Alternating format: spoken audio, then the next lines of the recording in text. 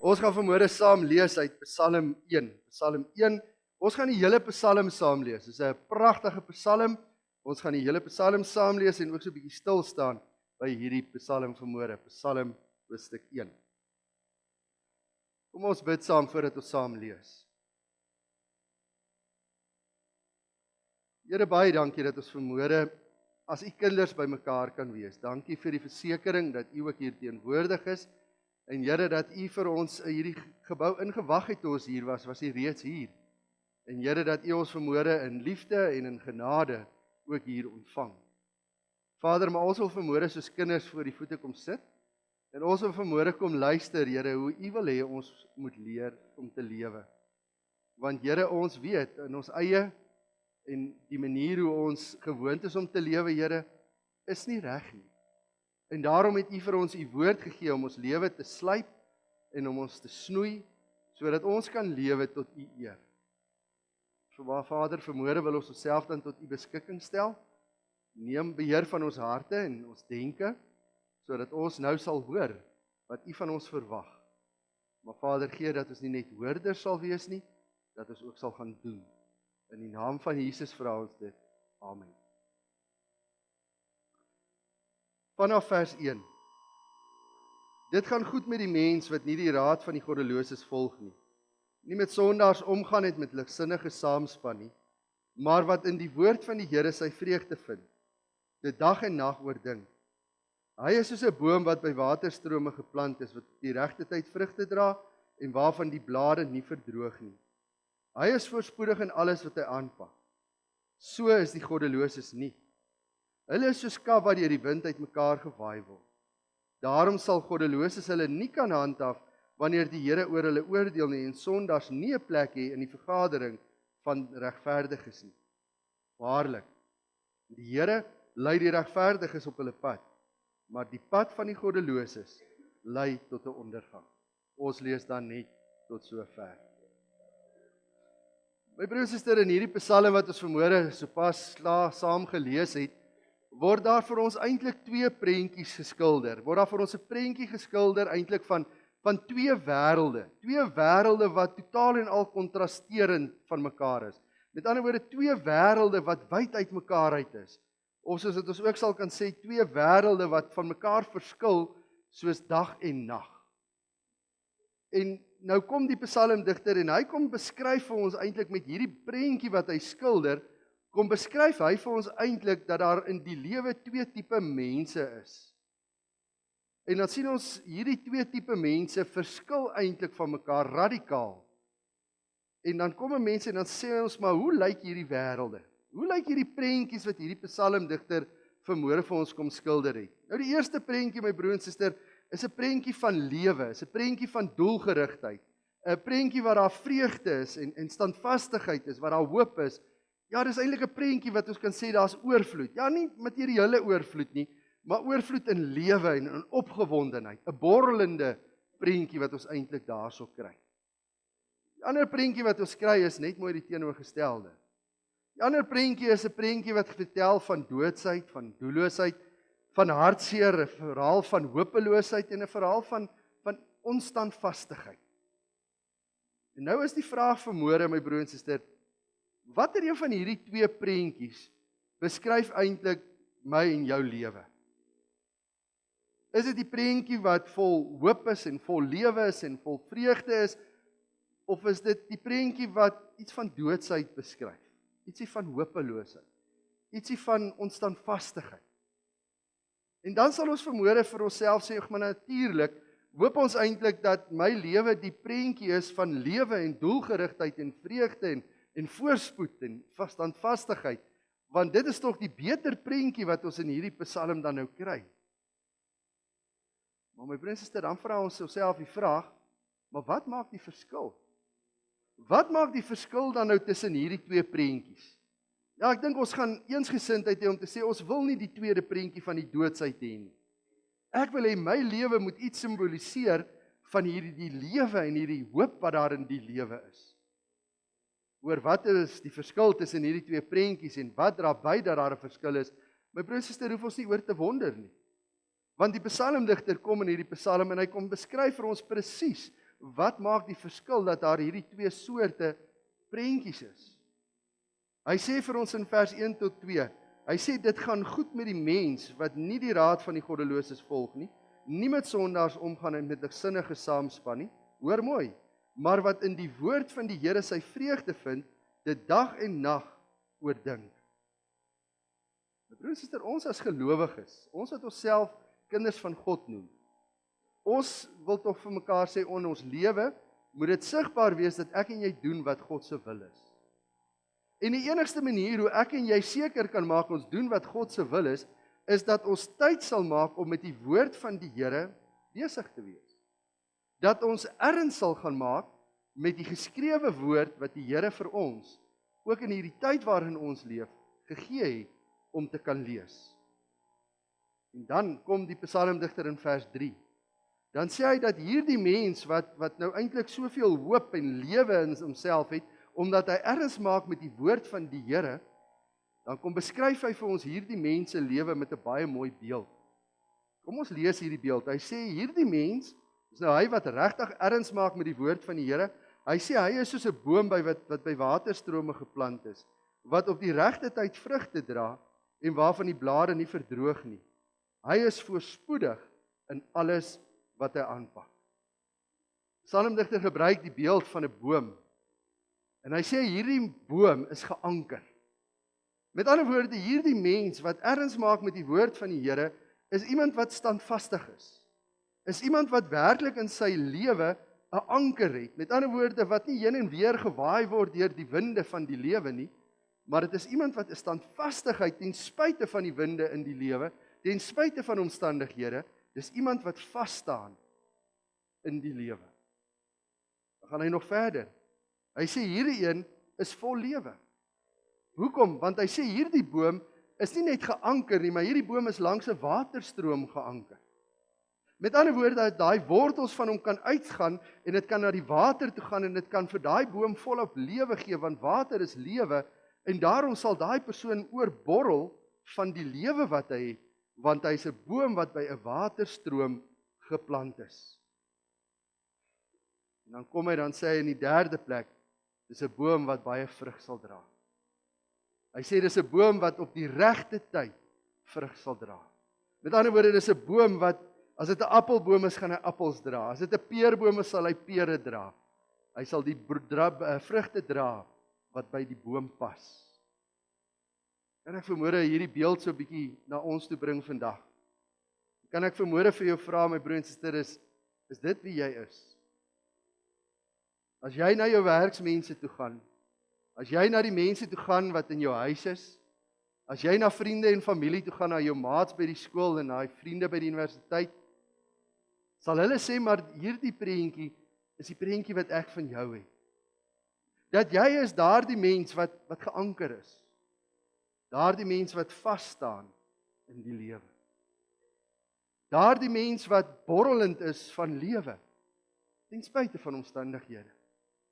Daardie mens wat vrugte dra, sodat ander mense die vrugte in jou lewe kan sien, en sal kan sê, maar werklik, daardie persoon vertel iets van dit wat hy glo, en dit wat sy oortuiging is. My broer en suster, is dit die beeld wat mense van jou het? Die beeld van Psalm 1, vers 3. Maar my broer en suster, dit kan alleenlik die beeld wees wat die wêreld van jou gaan kry, as jy erns maak met die woord van die Here.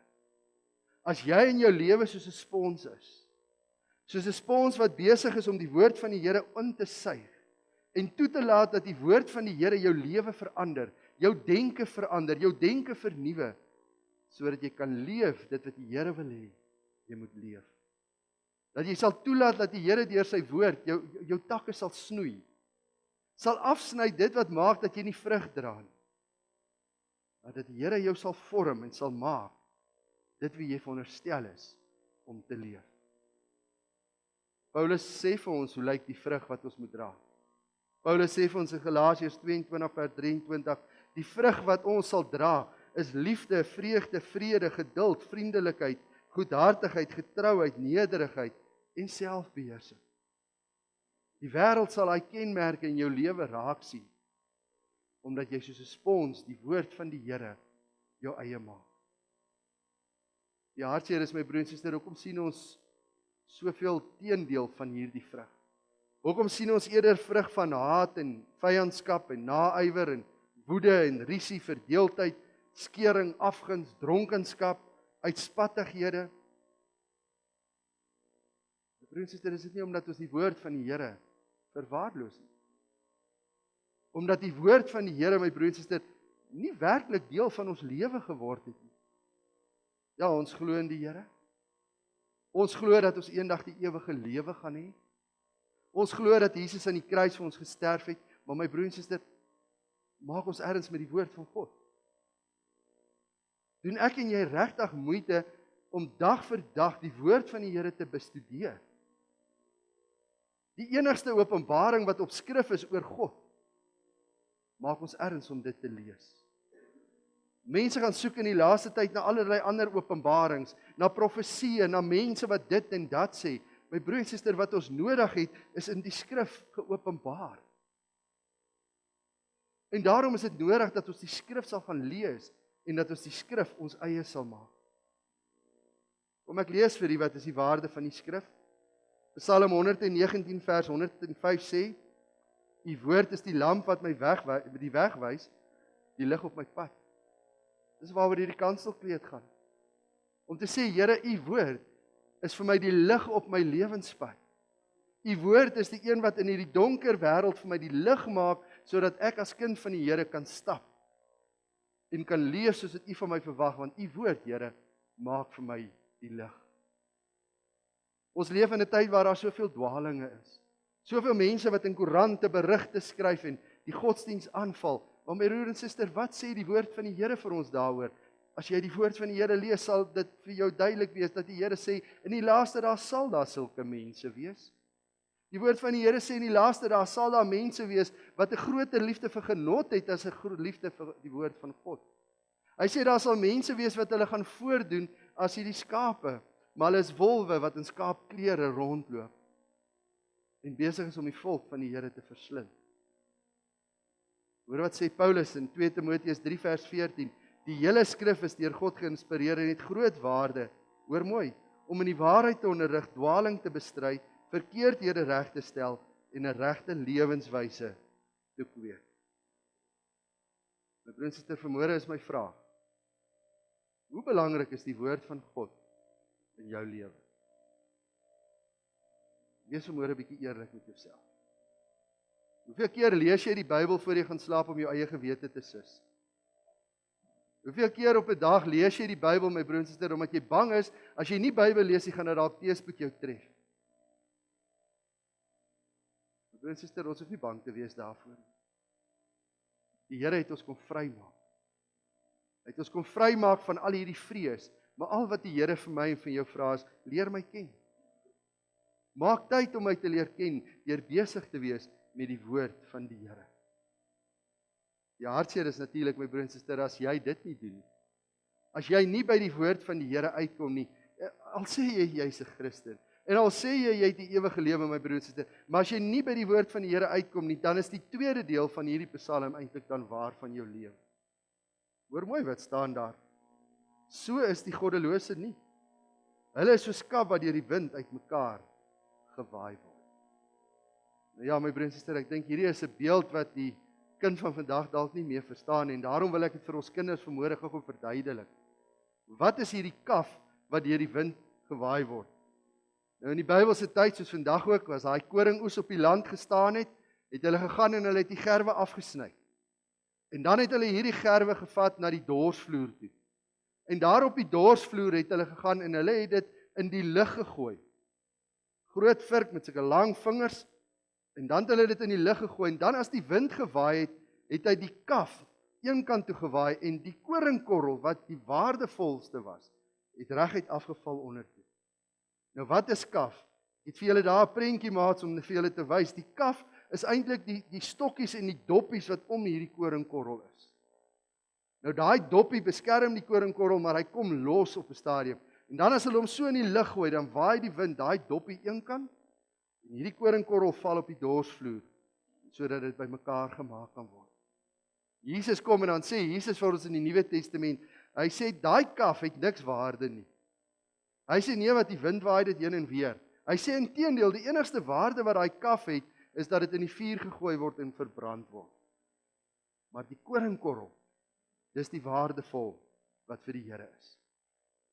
My broer en suster en liewe kinders, nou kom die psalmdigter en hierdie psalmdigter sê, hy sê so is 'n goddelose mens se lewe. Hy wat nie erns maak met die woord van die Here nie. Hy sê hy is soos daai kaf. Hy sê daai kaf word in die lug gegooi en as die wind noord waai, waai noord, as die wind suid waai, waai suid of wes, oos, maak nie saak nie. Hy het geen standvastigheid nie. Hy sê en so is mense wat nie erns maak met die woord van die Here in hulle lewe nie. Wanneer die storms kom, wanneer die onweer in die lewe en die terugslag in die lewe kom, dan word hulle heen en weer gewaai. Dan word hulle uitmekaar geruk en dan sak hulle in mekaar. En my broer en suster, met alle respek, hulle het geen anker en hulle het geen standvastigheid nie. Dan begin hulle gryp na die wêreldse dinge om vir hulle anker te gee.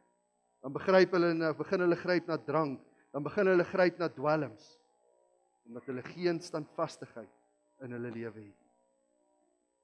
Nou wil ek vanmôre vir jou vra, my broer en suster, watter een van hierdie twee mense is jy?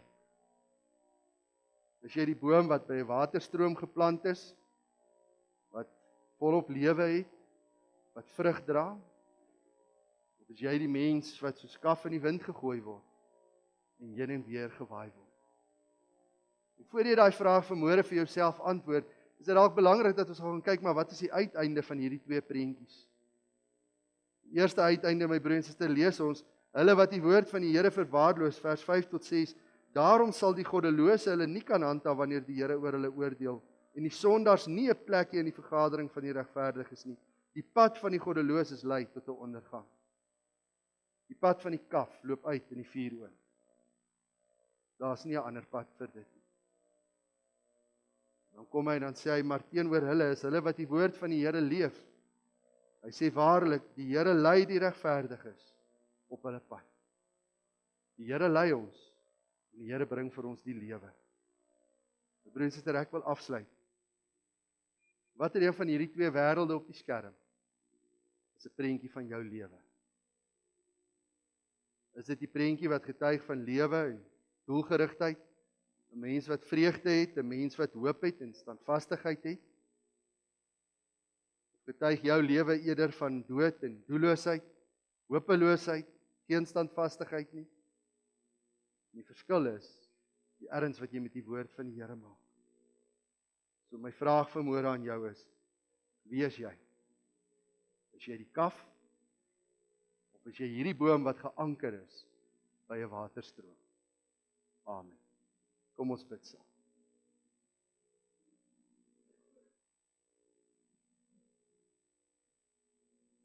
Here, die lewe is vol stampe en stote. Ja, Here, ons wil vanmôre vir U kon sê dat die tyd waarin ons leef is 'n baie moeilike tyd. U ken die wêreld, Here. U weet presies wat ons daarmee bedoel. U weet, Here, dat dit nie maklik is om vandag 'n Christen te wees nie. U weet, Here, dat dit is nie maklik om op te staan vir dit wat jy glo nie, want die wêreld wil nie meer vir ons luister nie, die wêreld kyk nie eers meer na ons kant nie.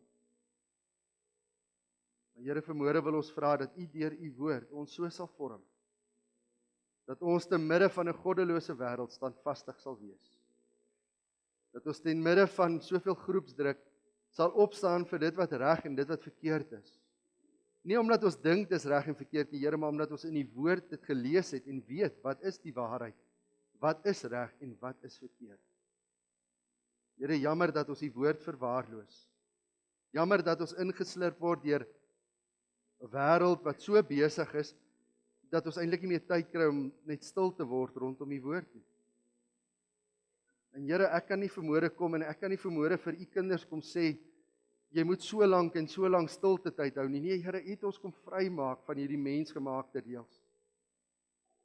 Maar al wat ek vanmôre kom vra is, Here, mag ons in hierdie vryheid wat ons het, nie U woord verwaarloos nie. Mag dit nie so wees, Here, dat ons die vryheid so verstaan, dat ons nooit eers meer by U woord uitkom. Gee vir ons daardie tyd. Tyd van afsondering, tyd van stil word, rondom U woord asseblief. U ken elkeen van ons omstandighede. Here, U weet waar kan ons 'n tydjie inruim in ons lewe om regtig U woord ons eie te maak. Here, dit is my gebed vanmôre dat hierdie gemeente, ja, ons as kinders van U, Here, dat ons 'n boom sal wees wat by waterstrome geplant is, wat volop lewe is, 'n boom wat die vrugte dra, die vrugte wat U woord van ons verwag. Ons bid dit in die naam van Jesus Christus. Amen.